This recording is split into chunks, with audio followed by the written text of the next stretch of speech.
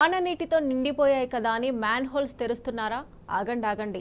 పొరపాటున తెరిస్తే కఠిన చర్యలు తప్పవు. ఫైన్ కట్టి తప్పించుకుందామని అనుకుంటే కుదరదు. మ్యాన్ హోల్స్ తెరిస్తే ఫైన్, జైలు శిక్ష రెండూ పడొచ్చు. వానాకాలం నేపథ్యంలో జలమండలి నగర పౌరులకు కీలక సూచనలు జారీ చేసింది. పర్మిషన్ లేకుండా మ్యాన్ హోల్స్ తెరిస్తే చర్యలు తప్పవని హెచ్చరించింది. ఫిర్యాదుల కోసం ఒక ఎమర్జెన్సీ నెంబర్ కూడా ఏర్పాటు చేసింది.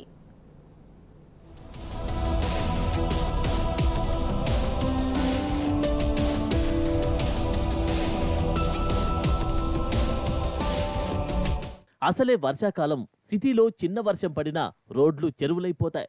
ఇక ఆ టైంలో మ్యాన్ హోల్స్ నోర్లు తెరిచాయంటే ప్రాణాలు హరి.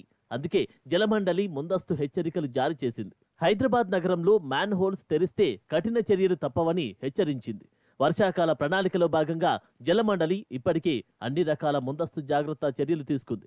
లోతైన వాటితో పాటు 25,000కు పైగా మ్యాన్ హోల్స్ పై ఇప్పటికే సేఫ్టీ గ్రిల్స్ బిగించారు. ప్రధాన రహదారుల్లో ఉన్న వాటిని కవర్స్తో సీల్ చేసి రెడ్ పెయింట్ వేశారు. Emergency response team, safety protocol team వాహనాలను రంగంలోకి దింపారు. క్షేత్రస్థాయిలో పనిచేసే సిబ్బందికి రక్షణ పరికరాలు అందించారు. ఈ బృందాలకు కేటాయించిన వాహనాల్లో జనరేటర్తో కూడిన డీ వాటర్ మోటార్ ఉంటుంది. దీని సాయంతో వర్షపు నీటిని తొలగిస్తారు. వీరంతా ఆయా ప్రాంతాల్లో అప్రమత్తంగా ఉండి పనిచేస్తారు.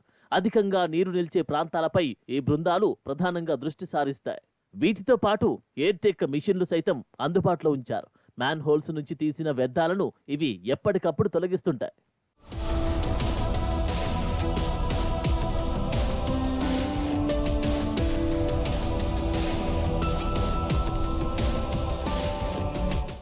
నగరంలో మ్యాన్ హోల్స్ ను ఎప్పటికప్పుడు పర్యవేక్షించడానికి ప్రతి సెక్షన్ నుంచి సివర్ ఇన్స్పెక్టర్ నేతృత్వంలో ఒక సివరేజ్ బృందాన్ని ఏర్పాటు చేశారు.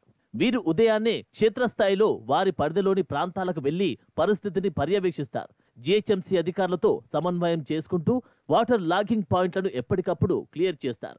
ఎక్కడైనా మ్యాన్ హోల్ మూత ధ్వంసమైనా తెరిచి ఉంచినట్లు గమనించినా 155-313 నెంబర్కు ఫోన్ చేసి సమాచారం ఇవ్వాలి.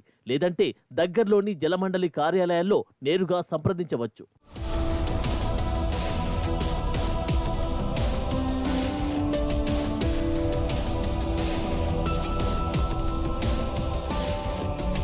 ఇంతకు మ్యాన్ హోల్స్ విషయంలో చట్టం ఏం చెబుతుంది? ఎవరైనా పౌరులు లేదా అనధికార వ్యక్తులు అనుమతి లేకుండా మ్యాన్ హోల్స్ మూత తెరిచినా, తొలగించినా HMWSSB యాక్ట్ 1989 సెక్షన్ 74 ప్రకారం నేరం.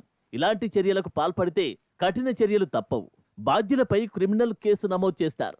నిందితులకు జరిమానా విధించడంతో పాటు కొన్నిసార్లు జైలు శిక్ష కూడా వేసే అవకాశం ఉంది. ఈ నేపథ్యంలో వర్షాకాలంలో సివరేజ్ నిర్వహణలో సాధారణ పౌరులు ఎలా ప్రవర్తించాలి, ఎలా నడుచుకోవాలనే అంశాలపై జలమండలి విరివిగా ప్రచారం చేస్తోంది. స్థానిక కాలనీల సంఘాలు, SH గ్రూపుల సభ్యులతో ప్రజలకు అవగాహన కల్పిస్తోంది. అంతేకాకుండా చేయాల్సిన, చేయకూడని పనులపై దినపత్రికలు, టెలివిజన్, ట్విట్టర్, ఫేస్బుక్ వంటి సామాజిక మాధ్యమాల్లో విస్తృతంగా ప్రచారం చేయడానికి సమాయత్తమవుతోంది.